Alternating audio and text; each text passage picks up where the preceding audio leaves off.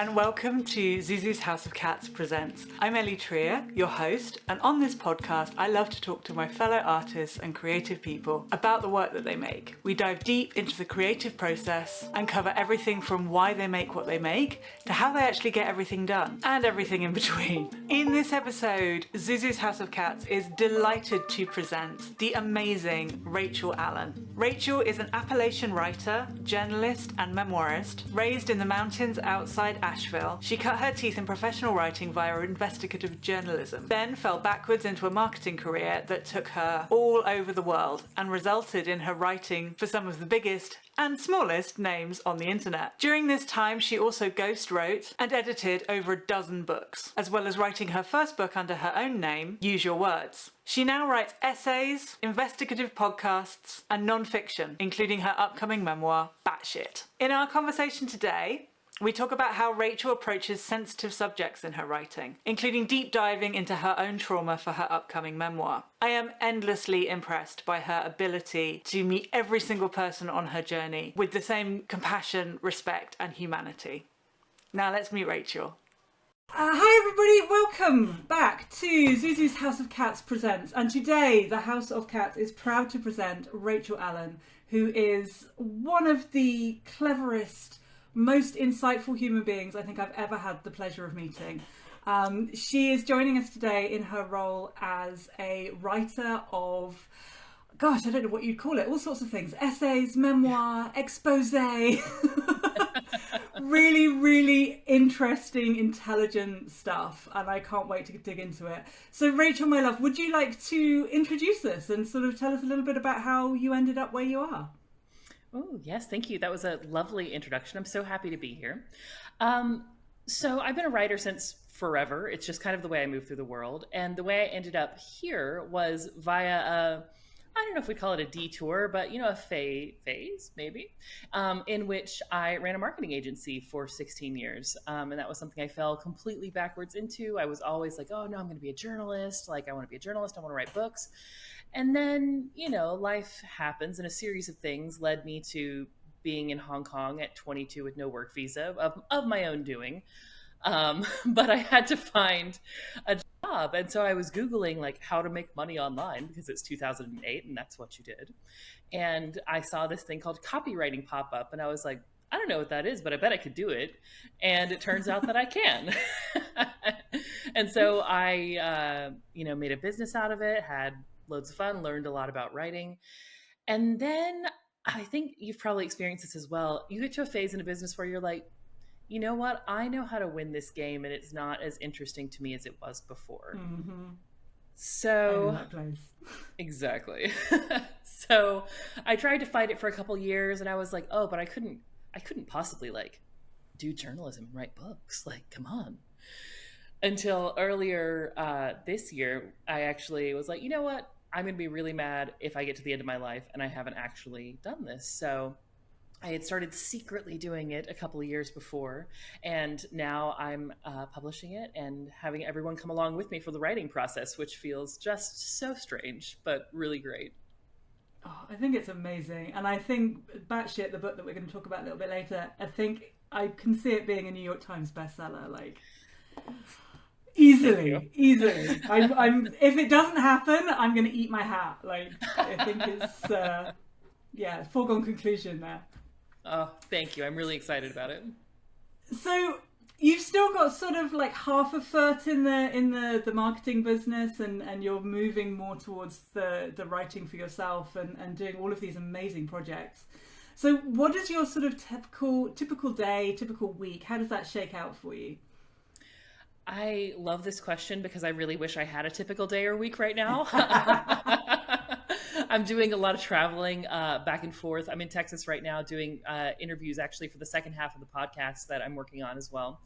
And right now, a typical day looks like me living in an Airbnb in Texas. A visitor called it a hillbilly compound, which I think is fair, but I hold that in a very loving sense of the word. That is my history and my roots. And I was like, yes, I know how this works. But it's beautiful. There's a little pond right outside, an outdoor office. So I'll get up in the mornings and I'll have my decaf coffee because I can't do caffeine anymore because tangent. And then go outside to the lovely office and light up all my citronella candles. And I have been doing a lot of longhand writing in the morning. Oh, So I'll cool. sit and I'll write in this notebook that I've been working in. And in the afternoons, I'll do if there's something I need to do for the marketing business, if I'm doing interviews, if I'm doing any other stuff that's not like strictly in my own head creative work. That's what I'll do in my afternoons. And then in the evenings, I've been kind of letting adventure take me. I ended up, Ooh. strangely, I ended up running the merch table at a local roller derby bout the other day. And I was like, Oh, I cool. don't know that most people do that. But it was awesome. It was a great bout. It was like super fun. I had never been to one, and now I really want to do roller derby. I think it has that effect on people. I know lots of people who are like, oh, I just kind of stumbled into this thing and now it's my life. Exactly. I know. It looks fantastic. It's super cool. Yeah. So do you find that you're sort of most creative like first thing in the morning? Is that when your best kind of creative juice happens? I take about an hour to come to terms with the fact that I'm awake. So not directly in the morning, but after that, when I've come into my human self again, then it's usually like before I've looked at, I don't look at any email, I don't go on social media, I don't talk to anybody. I'm just like, no, okay, this is like the one thing that I'm doing. So I think it's more about having a clean slate than morningness. But yeah, I do get most of the work that I'm most interested in tends to happen in the morning. I love that, before the world kind of rushes in and starts demanding things. Exactly. Yeah, I'm the same. I need like 8 to 12 hours of alone time before I get started on the day. Oh, yes, very much so. So you mentioned that you're going out to the pond and you're sort of lighting these citronella candles and things like that. Do you have any kind of like specific rituals or workflows or things that kind of help switch you on to, okay, now we're gonna be creative, now we're gonna be doing this thing? Sometimes I will get those wonderful flashes of like, oh, this is what we're doing right now. And it just kind of happens. And I love that. But when I need to sort of grease the wheels a little bit, then I have a specific way that I open documents on my computer. I actually made a shortcut for myself. So I know that like when I hit, the command and let's see, it's the right arrow key. I was looking at my keyboard to be like, how do I do this? So command and right arrow, it pops up a Word document formatted exactly how I want it. And so that kind of gets me going with it. That's sexy. I love that. Yeah. I never know when I ask that question, like what's going to pop up. And some people are like, oh no, I don't have any rituals at all, apart from this very elaborate kind of step-by-step plan that I go through. But I love that special way of like setting the stage, and then you're in it and you're ready. And do you find, how do you find that it impacts your work? Do you feel like it does the thing in your brain to kind of get you ready, or do you think it's affectation? Maybe both. But I think it does. I think it helps, especially if I'm finding that I'm coming up like against a blank wall, if I'm not really quite sure how to get going. Because normally like I'll come to a project and the way things always start for me is I have a sentence drop into my head and I'm like, oh, okay, that's the door. I'm going to go in through there. But if I don't have that and I still need to do some work, then I'll open the document and I'll just keyboard smash until I get to a sentence, like anything. Even if it's just like, I'll be like intro, something boring here, pithy headline. Oh, okay. And then I'll get into it. I love that. Do you find that you do a lot of your writing when you're actually not at the keyboard at all, when you're off kind of driving or in the shower or whatever? Yeah, absolutely. So many of these things, I think so much of this process just comes to you when you're not thinking about it. And that's why I have such a belief that writing wants to come into the world. And that's why it sort of happens in your brain without you thinking about it. And of course, that's a hard realization to come to, right? Because I'm like, well, no, I want to be in control of this process. And what I've learned is like, oh, that's such a cute concept, but it's just not true. I know exactly what you mean. It's the same thing with painting as well. Like it's gonna happen. It's gonna come through you, and there's not much you can do to control it. Like it's just whatever wants to be born through you is going to be born through you, and that's just it. Exactly. Yeah, I never in a million years thought that I would have been doing a podcast of all things. But No, so let's talk about the podcast, because I mean, one of the things that fascinates me about your work is that there are so many different what's the phrase I'm looking for? You're the thread that runs through all of it, you say, is these kind of untold stories. Mm-hmm. But you approach that from so many different and interesting angles. Like, it's just because the podcast is about the prison system, correct? Mm-hmm. It's Beyond Broken, is that right? Mm-hmm. And then you have your memoir called Batshit, which is about your escape from Christian nationalism. Mm-hmm. And then you have the new project Feral Wife, which is about accidentally becoming the wife of someone who gets sent to prison. Yeah. And they're all like, there's such a how do you figure out what it is that you want to talk about, and which ideas are worth pursuing and which ones are, ideas that get kind of put on the shelf for later? I usually have a very strong felt body sense, actually, of what I'm going to go after. Yeah, it feels like a little magnet right in the middle of my chest, and it kind of just pulls me to it. I'm like, ooh, okay, I guess we're doing that. And as far as like what to pursue and what not to pursue, I have 3 vectors of engagement for any work that I do that I've only really been able to articulate fairly recently. But the things that I'm always going to be interested in are things that involve complexity. Like, I'm not interested in any sort of, I was going to say boring story, but simple story, right? Mm-hmm. If there's a clear, like, this happened and then that happened and this was the bad guy and this was the good guy, I'm like, whatever, like, there's anybody else can write that. I want to write things that are complex. I want to write things that have to do with the levers of power. So I'm constantly fascinated by how people engage with them or choose not to engage with them. And so that's where, you can see that coming across in, let's say, Batshit, which is about me engaging with power in a family relationship where I was really culturally set up to have no power as a young woman. And then with the prison thing, obviously, levers of power. It's all about power. The whole thing is power. So that's the second one. And then, the other thing is I want to talk about real people. Like, I have no interest in writing fluff pieces or pieces that are like, let me show you this very pretty picture of someone that they really want you to see. I want to talk about real people doing real work. I love that. And you have such a wealth of experience to draw on. I mean, I know a fraction of your life to date, and I'm just gobsmacked by how diverse the people that you've come into contact with, and how you've kind of navigated your way through life in a way that I don't think a lot of people get the opportunity to do, like, half of the stuff that you've done. So we're talking about, you've been interacting with people as diverse as, like, mob lawyers to Congress people to, obviously, people in the prison system, and all of these interesting people with interesting stories. How has that experience, how have those experiences, like, influenced your writing and the way that you tell stories?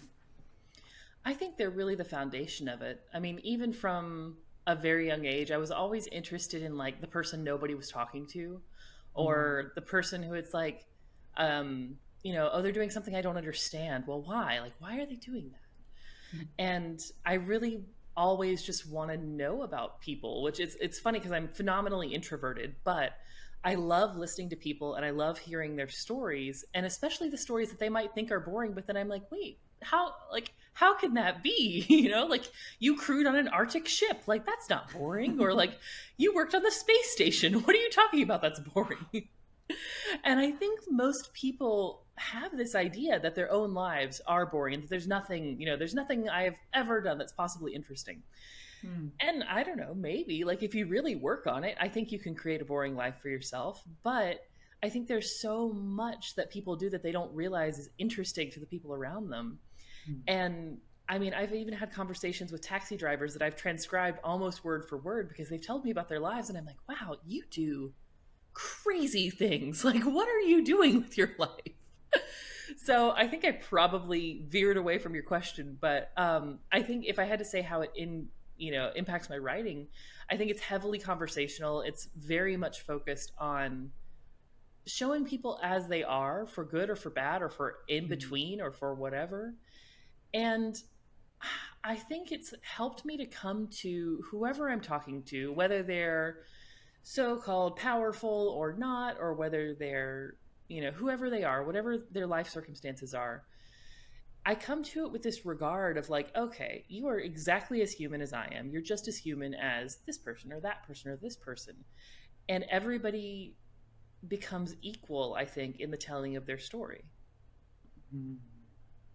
I love that. It's a really honest way to look at the world. It sort of flattens out all those hierarchies, doesn't it? And just turns it all into, we're all people just trying to, we've all got stories, we're all trying to figure this crazy life out, and that's that.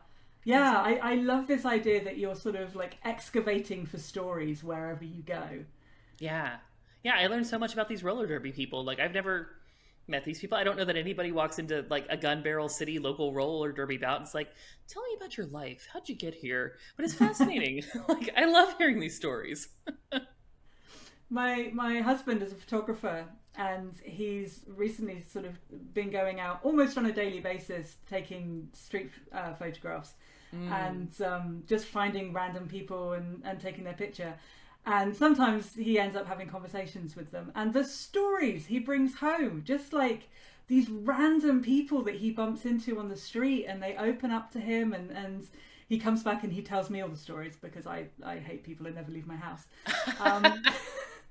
I live vicariously through him. But it's absolutely fascinating. Like, there isn't anyone that has had a boring story or a boring kind of experience that they've shared with him. It's all rich, juicy stuff. Like, I can see, I see where you're coming from with that completely.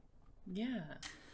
So when it comes to, being super honest and authentic about people and showing them in a I don't know, objective is maybe a bit too strong a word, but an objective light. Obviously, you're always going to bring your own sort of biases and ideas to what you're writing. Yeah. But if you're not shying away from showing people kind of warts and all, how do you balance that sort of need for honesty and authenticity, and maybe the kind of the reactions that you get from the people that you're writing about, or how does that play into the sort of the creative aspect of telling the story as well? Yeah, I think that's always the issue, especially with memoir and with interview. So the first thing that I think about when I go into this is just how let me think about how I want to phrase this. What are the consequences, I suppose, to me saying something? So, for instance, I've been interviewing a lot of former inmates for this part of the podcast, and I talk to them and I say, look, you have had every bit of agency stripped from you for quite some time. I want you to know that you get to decide what part of you gets into this, because there's no point in me going in and trying to extract things from people or be like, ooh, look at this voyeurism of, ooh, like, what a horrible thing to write. So I start by thinking about that. And then I think that a lot of it comes down to a conversation of, we all do bad things. We all do great things. And in writing about someone, I think it's so important to show the bad and the good, but mostly to show the human, right? So it's not about like, look at this person who did bad things to me or whatever in batshit. That's something I'm working through right now, and it's phenomenally difficult because a lot of these things happened when I was a child and I didn't have a very nuanced understanding, like I didn't have an adult understanding of what was going on. Yeah. And so I'm going through this process right now of changing the first third of the book from, oh, look at all the bad things these people did to me, to look at all the bad things these people did to me and look at how much they loved me while they were doing them. And that's so much harder. But I think it's the exact same thing. It's all about, if I'm the one telling this story, I have the primary voice in anything that I'm writing. How can I extend as much regard and care and safety to the people that I am writing about, while still also saying, hey, look, I'm writing about this because you did that. I'm not going to pretend you didn't do it. I'm not going to drag out every bad thing you've ever done just to make you feel bad. But hey, this happened and let's talk about it.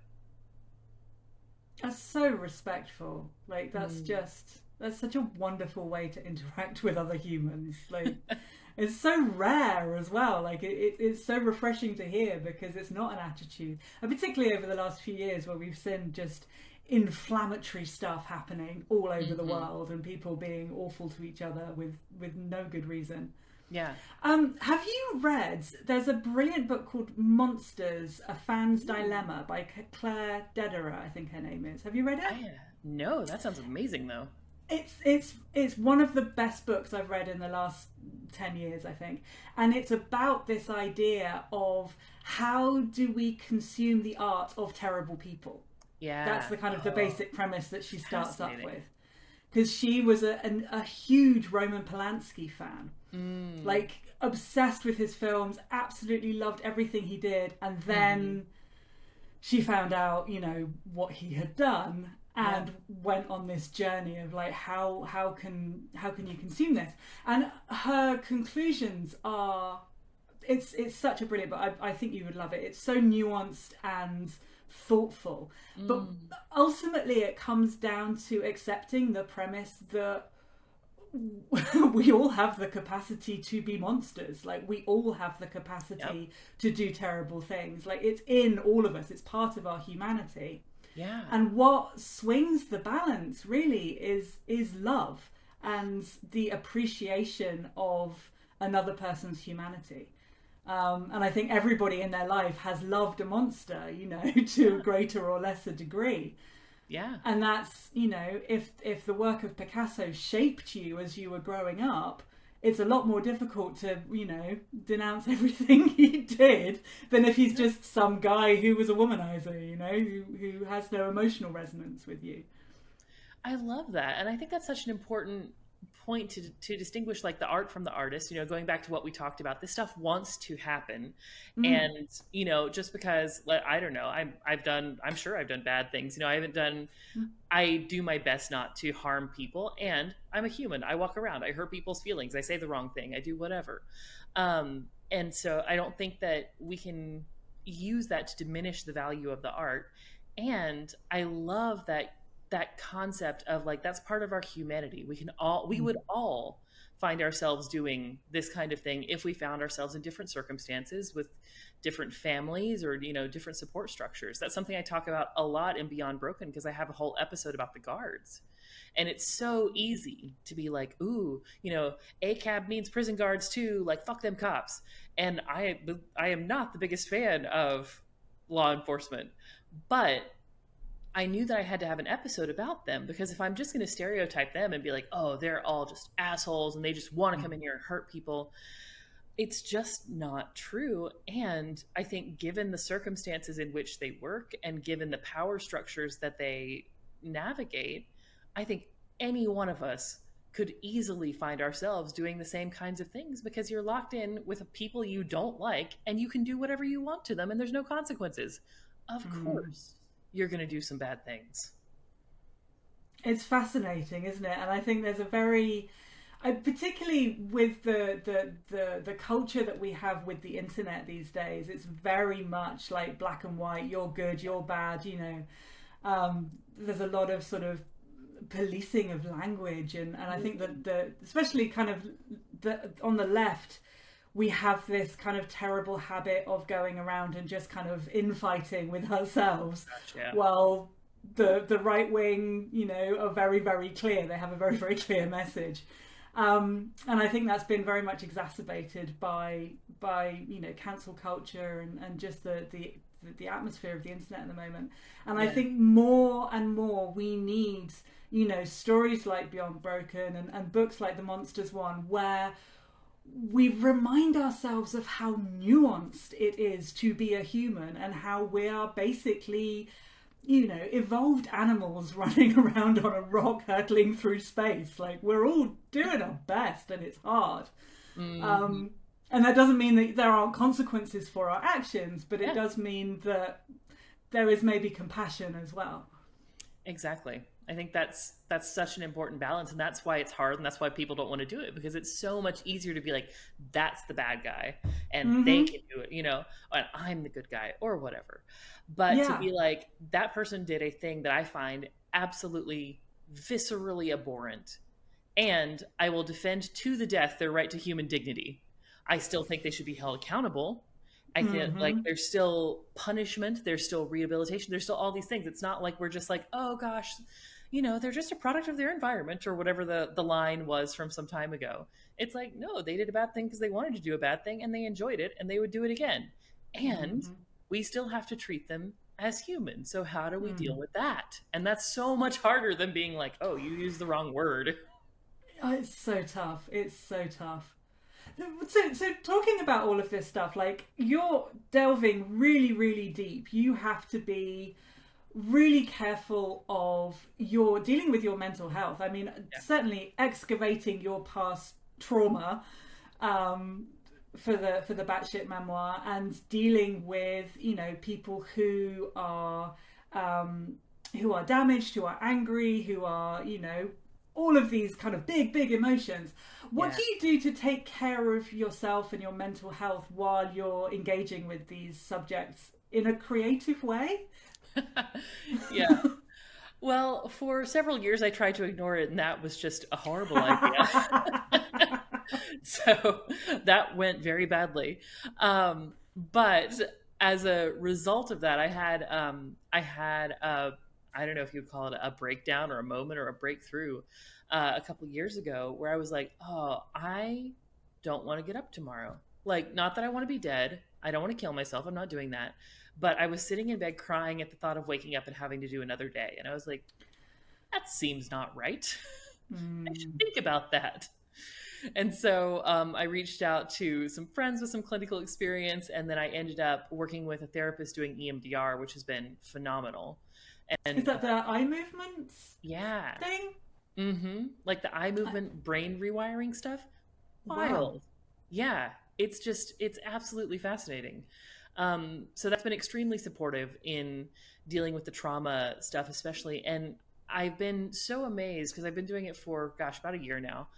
And I've been so amazed at the amount of anxiety and stress I was walking around with in my body that I didn't realize, because I just assumed that everyone walked around with their stomach kind of hurting a little bit all the time. And now I'm like, oh, wait, is this how you people move through the world? Like, have I been doing life on hard mode? So it's been really great. But I just talk to people a lot. I talk to close friends. And if there's something that comes up to where it throws me, which I don't know if it's just experience or temperament or both. Like, it's very rare for me to come across somebody telling me something where I get really thrown by it. Most of the time I'm able to be like, well, that's really fucked up. How are you feeling about it? But if something happens, then I'll go and I'll talk to a friend and I'll be like, I have to say something absolutely terrible to you that was told to me, because I can't keep it inside my head. It has to exist outside of my face as well. And that's been very, very helpful. Yeah, having a good support structure around you is absolutely vital. Yeah. And I think anything that you're doing where you're not only kind of excavating your own trauma, because we all do that as artists to a certain extent. Like, there's a lot of stuff that I've only been able to process through making art about it, which has been kind of a bit of a mindfuck. Yeah.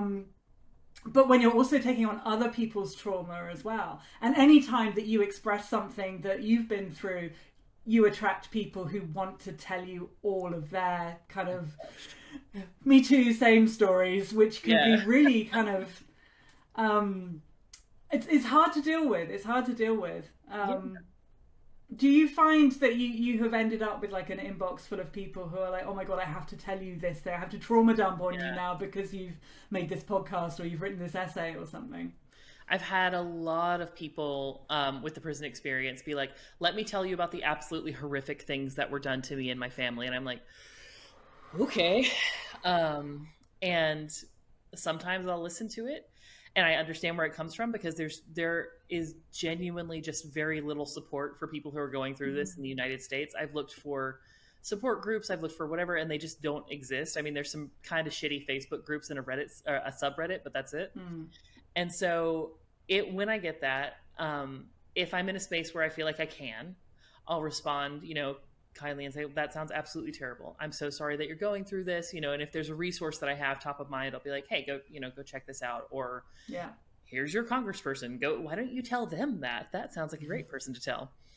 And what I do a lot of the time though, and this is with everything, like I have my phone filtered to where I get exactly one phone call, and that is from my husband. That's the only notifications I get. I don't check my email like but once a day, if that.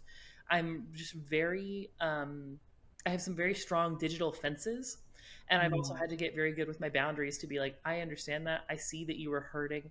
I cannot help you with that right now. That's really, really good advice for anybody else who's dealing with it, and also really good practice as well. I yearn to be at the point where I can ring fence myself off so completely, but I am such a dopamine junkie.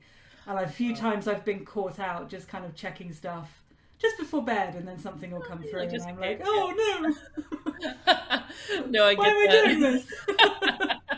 I think this is where I don't know, perhaps the upside of the way that my, trauma stuff manifests is a lot of sensory processing. So like hypersensitivity to stuff. And so like, I don't enjoy being on the phone. I'm like, oh God, take it away. Like, I cannot wait for the day where I don't like do internet stuff every day. And I'm just like, nope, everyone leave me alone. Just let me like walk around and look at the pond. Oh yeah, I love that. I aspire to be that very much. So switching gears slightly, you're doing, like I said, you've got lots of different projects that you're working on and different mediums for kind of delivering the story. I mean, you've got the book, you've got the podcast, you're doing a lot of essay work at the moment. Yeah. How do you decide kind of which format is best suited to each story? Is there a process that you go through for that? Some of it's just intuitive and felt. So for instance, I knew Batshit was going to be a book because I had a lot of things to say about it. I knew it could never be just an essay. If it's an idea that I've only had for a relatively short amount of time or that I've only recently articulated, usually I'm like, it's probably an essay. Like I could probably just knock that out. And then in terms of, I also think about voice, right? Whose voice needs to be heard in this? If it's mainly mine, essay, right? Because it's my essay. I can write an essay and do what I want. But with Beyond Broken, it's critical that most of the people talking are not me. And so a podcast lends itself much better to that. And it was also, I listened to a lot of investigative reporting podcasts, and that was how it sort of dropped into my brain to do it, because I was like, I think I could do that. And so it's been a big experiment, but I think it's worked out really well. And I've been very pleased with being able to showcase people's voices in a way that I hadn't before, even through my, investigative reporting writing and magazine features and stuff like that. It's a whole new level, and it's fascinating. Yeah, something very different about somebody's story being told in their voice by them. Because even if you're kind of writing it down verbatim, there's a filter there between like the what they actually said and there's something about the writing that kind of puts it one step removed, which you don't get with a spoken word thing. Yeah. Words escape me. No, absolutely. Like it it feels really different, and I love being able to share like the literal voices of people that people would never hear, right? Like they would know maybe whatever, who lives in their tiny little small town. They might know those people, but like they're not going to travel. They're not going to go different places. Nobody is going to sit down and talk to the homeless guy and be like, what's up, man? How'd you get here? And then to be able to have to give that person, I hate the way I said that. I don't want to give this person a voice. That's none of my business. But to be able to share their voice with other people has just been a really incredible experience. Yeah, giving people that wouldn't ordinarily have a platform to tell their story, basically. Yeah. And unless you're the sort of person who can, set up a podcast and kind of is comfortable broadcasting to the masses, a lot of the times there are just too many barriers to those stories being made public in a bigger way. And I think, and I think it's such an important part of getting rid of fear. Yeah. Because so much we get this kind of mass hysteria around certain types of people. I mean, it's happening a lot with trans people, particularly in the UK at the moment. where there's just this hysteria, and the voices that aren't being heard are the voices of the people who are actually being talked about and judged and condemned.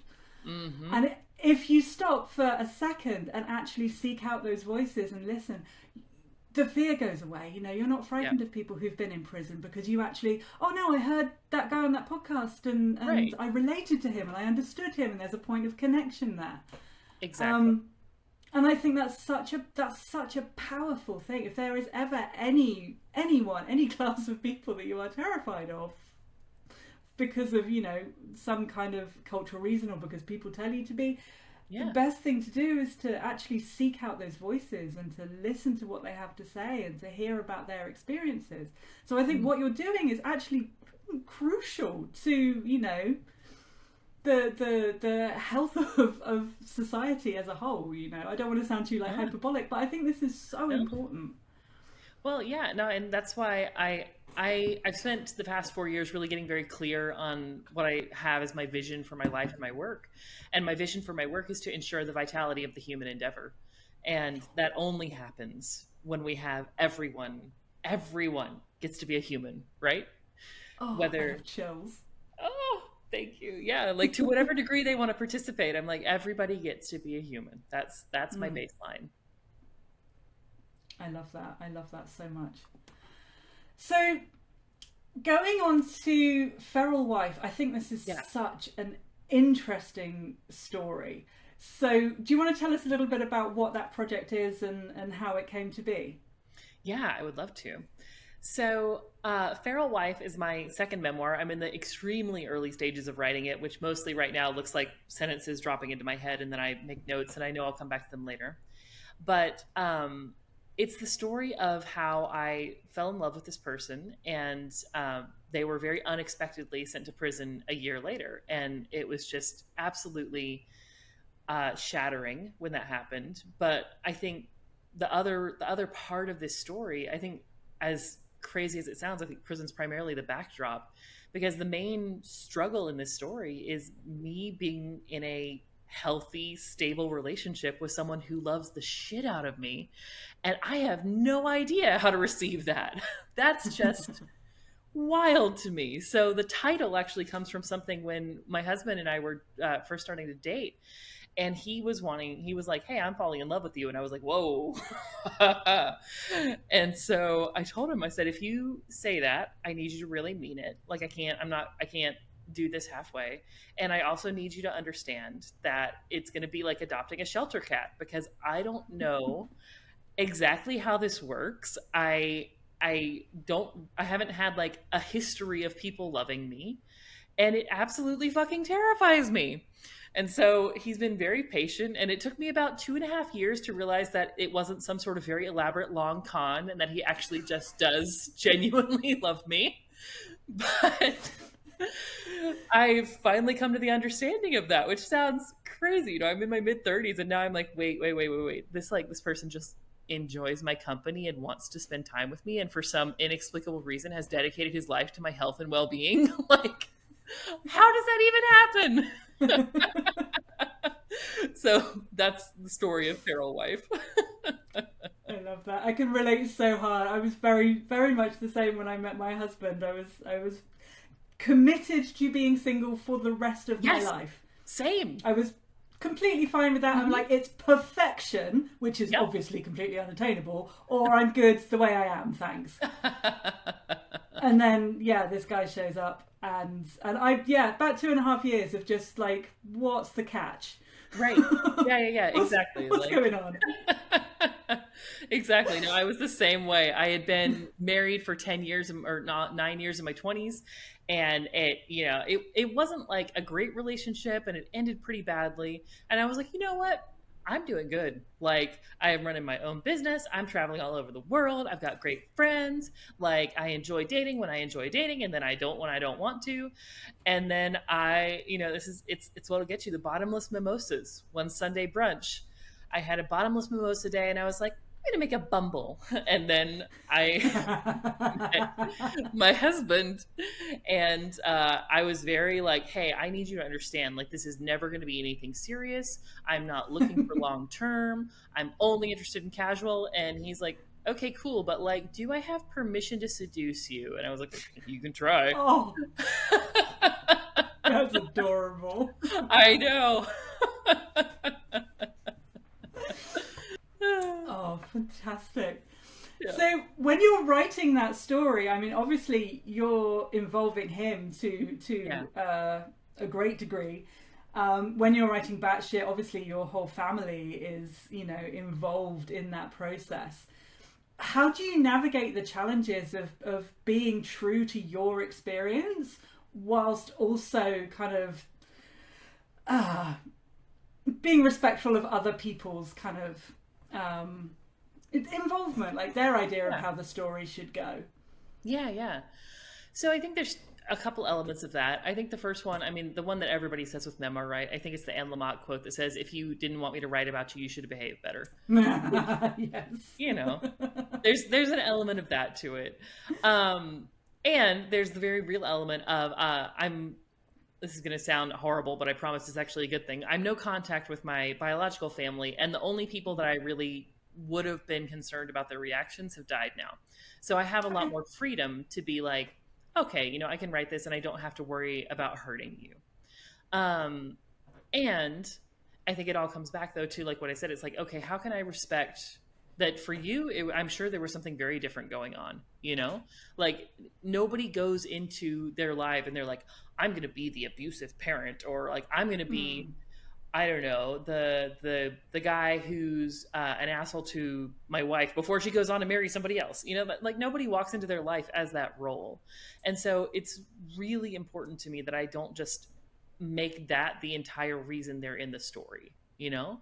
Like I have to show who they really were, good and bad, because we all participate in these dynamics too. Even in an abusive relationship, you know, we all participate to a degree. And so being very honest about my own participation and saying what actually happened and saying, hey, you know, this happened when I was 8. This is how I remember it. Maybe I was wrong. I don't know, but this is what I have. And then, you know, in the in the current day, with my husband, I talked to him about everything. I'm like, hey, is it okay if I share this? Like, how do you feel about that? Would you be creeped out if the entire world knew this about our marriage? And bless him, he's like the most ADHD man who has ever existed. So he's like, sure, I don't care. And then like 7 seconds later, he's forgotten about it. So he exists in the eternal present, and he's like, oh, okay, great, sounds good. Oh, that's adorable. Your husband sounds great. Yeah. Yeah, I love that, and I mean, it comes back to when you're talking to strangers as well, like just that idea of being respectful and aware of everybody's kind of 3-dimensional humanity, like. Yeah, and I never want to write anybody who comes across as a caricature or a stereotype, or just like a cardboard cutout to make me look awesome as the hero of the story or whatever. Like, that's so boring. And like with prison stuff, I deliberately chose not to name any of the guards for a couple reasons, and that's one of them. I don't want to be like, ooh, this person did all these mean things to us, you know, even though they certainly have. But it's also because I want to respect their privacy, right? They're doing their job. Yeah. They're doing it badly. They're fucking it up and they're hurting people. And it's not my job to go in there and like be like, look at you doing all the bad stuff and you know, we are completely perfect and you're the worst person ever. Like, no, like what a boring story that is. And so using pseudonyms, which we also do because it's easier to talk about them without them realizing, you know, when we're in there. So we use pseudonyms, and that's more true to the story as it's playing out. And it's the best way I can think of to respect their privacy while also being like, hey, you straight up did this stuff. Yeah. Yeah. No, that's a really good way of approaching it. So looking at your kind of your whole body of work, and I'd like to kind of extend this like beyond the stories that you're telling at the moment. Yeah. What do you think is the common thread that connects? What's the through line between kind of everything that you've done? And how does that kind of reflect your growth as a creative person, like over time? Oh, I love that question. So if I'm looking back to my very earliest days, I was always writing stories. I then did some journalism and then went into marketing. And throughout all of that, I think even in the marketing stuff, I've really been focused on having regard for every human involved with that. So whether I was interviewing someone and I totally like didn't really know how to do it and like I kind of sucked because I was really young and I was still learning how to be a journalist, but like I just wanted to talk to them. I didn't come in with like, here's my list of questions and let me answer it. I was like, can I make you a coffee? Like, how do you make a tea? Can we talk about this for a second? So there's that. And then with the marketing, I've just never been interested in like the manipulation and the like, oh, let me make you feel bad to do something, because it can actually be a very creative and generative process if you encounter people with the respect of remembering that there's a real 3D human on the other side of whatever you're selling. And then of course now I think that's the same thing. It's having this regard for everybody involved. And that's the easy part. I think the growth part has been being like, oh shit, me too. So that's the hard part, regarding myself with as much care as the people that I write about. Yeah, that's a big one. That's a big one. Like we were saying before we started recording, we were talking about the importance of art and how it's so much easier to see everybody else's art as valid and important and vital to the state of humanity, and our own is kind of like, oh, I did a little thing. Yeah. Like, sorry to bother you, but like I wrote a thing. Like, whatever, don't read it. It's cool. Yeah, turning that kind of respect and a sort of sense of magnanimity around towards yourself and being that generous and compassionate with yourself. That's the work of a lifetime, really, isn't it? Oh gosh, yeah, tell me about it. Especially as a woman, especially as a marginalized person, especially as someone who's dealing with trauma and neurodivergence and all sorts of other things. Like, it's just and they, right. Yeah. That's work of a lifetime indeed. I had made the critical error of being like, no, I think I'm pretty good, pretty solid. And then of course I get into editing this version of Batshit and I was like, oh no, more self-development. Oh yes, and the universe pisses itself laughing. Exactly. You thought you were done. Right, yeah. I know. I was talking to my therapist and she's so, I call her evil and then her first name because I think she is evil. But she said something to me and she's so wonderful and snappy, which is why I keep going to her. She was like, so what's the first word? So you're diagnosed with CPTSD. And she was like, what's the first letter of that stand for? I said complex. And she's like, yeah, it's complex. There's more elements. And I was like, fine. Okay. Rude. Exactly. Oh, Rachel, this has been an absolute joy. We have amazing conversations, and I love all of the work that you're doing at the moment. And like I said at the beginning, I have no doubt that you are going to absolutely fly with everything that you're doing. Yeah, it's fantastic. Tell us, where can people find you online if they want to read your writing and listen to the podcast? Where's the best place to find you? Ooh, so the best place to find me is at my website. It's rachelcatherineallen.com, and that's Catherine with a C. You can also go to Substack and look up Rachel Catherine Allen, and I'll pop up there. You can also send me an email, like in the times of old, at hello@rachelcatherineallen.com, and I will answer it like an old person, because I do that. So pretty easy to find.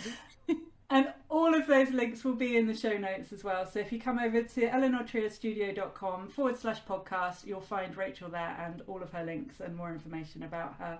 Rachel, thank you so much. This has been amazing. You are an absolute star. Oh, likewise. This was so much fun. Thank you for having me. Oh my goodness. Thank you so much, Rachel, for being on the show. Oh my gosh. I swear, if she doesn't end up being on the New York Times bestseller list, I will eat my hat. Don't forget to go and check out her work. You can find all of her information in the show notes. And thank you so much for tuning in to another episode of Zuzu's House of Cats Presents. We'll be back in 1 month with our next guest. I can't wait to introduce her to you.